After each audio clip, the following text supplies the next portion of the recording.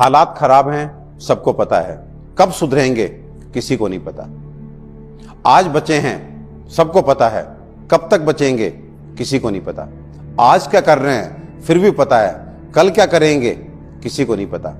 आज दवा नहीं है, सबको पता है। कब तक आएगी, किसी को नहीं पता। और आ भी गई तो हमें कब मिलेगी, यह भी नहीं पता।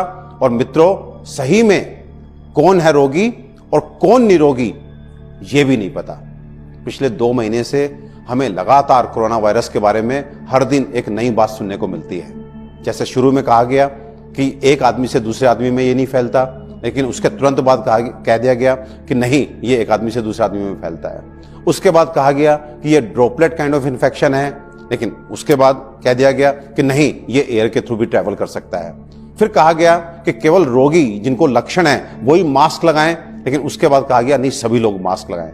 फिर बोला गया कोरोना वायरस से संक्रमित लोगों को ये लक्षण होंगे, लेकिन उसके बाद कहा गया नहीं, जरूरी नहीं है कि कोई भी लक्षण हो। सो कहने का मतलब यह है कि आज 2 महीने बाद भी पूरा विश्व मिलकर भी कोरोना के बारे में एक राय नहीं बना पाया है।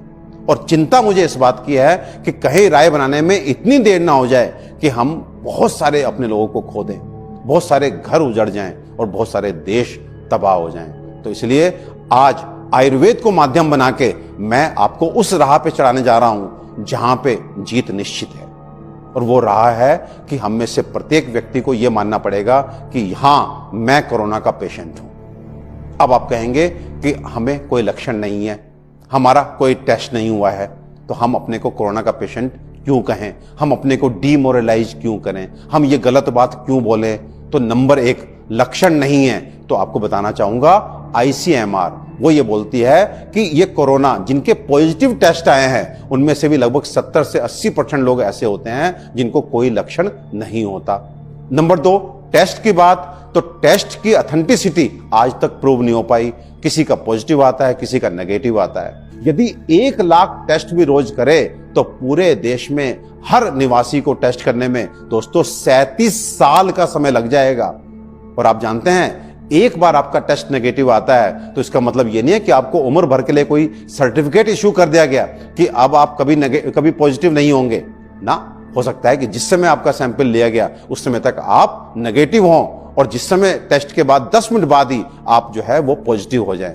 तो मुझे लगता है टेस्ट पे डिपेंडेंसी भी सही रहा नहीं है कि आप जब ये मान के चलते हैं कि आप कोरोना के पेशेंट हैं तो आपको पहले 3 काम जो हर व्यक्ति कर सकता है, उसका कोई शुल्क भी नहीं लगना, जैसे सोशल डिस्टेंसिंग का पालन करना, कुछ दिनों के लिए नहीं, कुछ महीनों के लिए आपको अपनी आदत में शामिल करना पड़ेगा। नंबर 2, जब भी आप बाहर जाएं, मैं तो कहता हूं घर पे भी रहें, आप मास्क लगा करके घूमना शुरू कर दें। तीसरी बात, आप हैंड वॉशिंग यानी कि हाइजीन मेंटेन करने की आदत डाल लें। एंड उसके बाद आपको, क्योंकि आप कोरोना के पेशेंट हैं तो आपको, और लेकिन एसिम्प्टोमेटिक है यानी कि आपको कोई लक्षण नहीं है, आपको कोई खांसी नहीं है, कोई बुखार नहीं है, कोई गले में दर्द नहीं है, कोई सांस लेने में दिक्कत नहीं है, लेकिन आप तो कोरोना के पेशेंट हैं। तो एसिम्प्टोमेटिक कोरोना के पेशेंट को आपको प्राइमरी लाइन ऑफ ट्रीटमेंट लेना होगा। वो प्राइमरी लाइन ऑफ ट्रीटमेंट ये है कि अपार्ट फ्रॉम जो मैंने 3 चीजें आपको प्रिकॉशनरी बताई, उसके साथ में आपने दिन में 3 बार लौंग, काली मिर्च, पान के पत्ते पे थोड़ा सा हो सके तो कत्था और इलायची रख के, या अजवाइन और सेंधा नमक, इन कॉम्बिनेशन में जो भी आपको माफिक आता है उसको दिन में कम से कम 2 बार आपको चूसना होगा।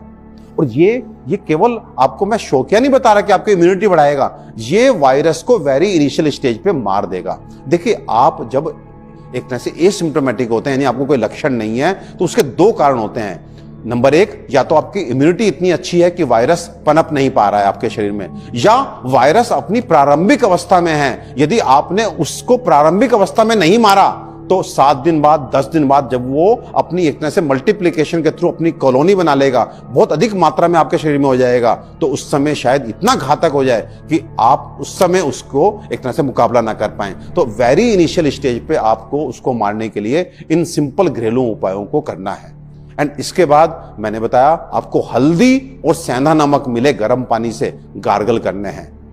हल्दी और सेंधा नमक पानी में डाल करके उसकी भाप लेनी है, और साथ में 11 चीजें जो इन जनरल हमारे किचन में उपलब्ध हैं, मैं उनका नाम लेना चाहूंगा। नंबर 1, अदरक, काली मिर्च, पिपली, लौंग, इलायची, दालचीनी, हल्दी, दारू हरिद्रा, मुलैठी, तुलसी और गिलोय, और इनका काढ़ा बना करके आपको सुबह शाम लेना है। देखिए, इतना आप अगर करते हैं तो आप जान लीजिए आपकी इम्यूनिटी तो डेवलप करेगी, साथ ही साथ यदि आपके शरीर में दुर्भाग्य से कोरोना है तो वो प्राइमरी स्टेज में ही ये सब जो मसाले हैं ये कोरोना पे भारी पड़ेंगे और उसको मार डालेंगे, और बात जो है वो वेंटिलेटर तक, आइसोलेशन तक, हॉस्पिटलाइजेशन तक और डेथ तक नहीं जाएगी। अब नंबर 2, अगर आपको कोई लक्षण आ गया, लक्षण का मतलब है आपको खांसी है, आपको गले में दर्द है, आपको बुखार है, आपको और कोई रेस्पिरेटरी प्रॉब्लम, सांस लेने में दिक्कत हो रही है, तो वहां पर चाहे आपका कोविड-19 का टेस्ट हुआ है कि नहीं हुआ है, immediately you rush to an Ayurvedic physician और उसको जाकर के उसको डिसाइड करने दीजिए। मैं यहां पे कुछ दवाइयों के नाम लूंगा जो वो चिकित्सक आपकी प्रकृति देख के, आपके लक्षण देख के आपको त्रिभुवन कीर्ति रस, महासुदर्शन घनवटी, संजीवनी वटी, साथ में नारदीय लक्ष्मी विलास रस जैसी बहुत सारी प्रूवन एंटीवायरल हैं। ये एंटीवायरल दोस्तों ऐसी हैं, इनके आगे किसी वायरस का कुछ नहीं चलेगा। विश्वास कीजिए, इनको प्रैक्टिस करते हुए मुझे खुद 25 साल हो गया और मुझे सफलता के साथ मैंने इन्हीं दवाइयों से डेंगू को ट्रीट किया, चिकनगुनिया को ट्रीट किया, स्वाइन फ्लू को ट्रीट किया। वो पेशेंट जो अपनी फाइलें उठा उठाकर साल साल भर चिकनगुनिया और डेंगू के बाद के पेन से लेकर घूम रहे होते हैं, उनको 15-15 दिन में हमने पेन से मुक्ति दिलाई। तो दोस्तों विश्वास कीजिए, और मैं ये कहना चाहता हूं कि आज फिर से जो डर गया वो बच गया। आप कोरोना के पेशेंट हैं ऐसा मानिए और उसी के हिसाब से एहतियात लेना शुरू कीजिए, उसी के हिसाब से सावधानियां बरतनी शुरू कीजिए। और आप एसिम्प्टोमेटिक हैं, इसलिए जो प्राइमरी लाइन ऑफ ट्रीटमेंट है उसको फॉलो कीजिए। और मेरी ये रिक्वेस्ट है भारत सरकार से कि आज जब एलोपैथ में, जब अंग्रेजी दवाखाने में, जब वैज्ञानिकों द्वारा एक बहुत सॉलिड एक तरह से सोल्यूशन नहीं दिया जा रहा है, तो ऐसे में अपने पुरातन, अति गौरवशाली, अति वैज्ञानिक आयुर्वेद को माध्यम बनाएं। ये आयुर्वेद ना केवल भारतवर्ष को इस संकट से बाहर निकालेगा, बल्कि पूरे विश्व में जो है एक तरह से आयुर्वेद की पताका भी फैलेगी, भारत पुनः विश्व गुरु के रूप में स्थापित होगा और कहीं ना कहीं जन कल्याण भी होगा, विश्व कल्याण भी होगा।